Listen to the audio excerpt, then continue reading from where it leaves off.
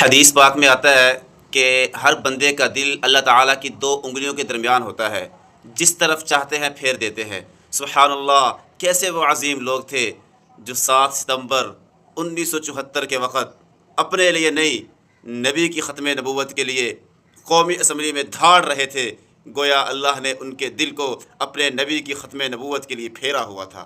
7 ستمبر 1974 کا دن تھا، 4:35 پر پوری دنیا نے وہ منظر دیکھا جس وقت اسلام کے شیروں نے قومی اسمبلی کے اندر مرزائیت کو غیر مسلم قرار دے کر پوری دنیا کے سامنے ان کا مکروہ چہرہ لایا اور بتایا کہ قادیانی مسلمان کبھی نہیں ہو سکتے، مسلمان تو کیا ایک سنجیدہ انسان کہلوانے کے بھی حقدار نہیں ہیں۔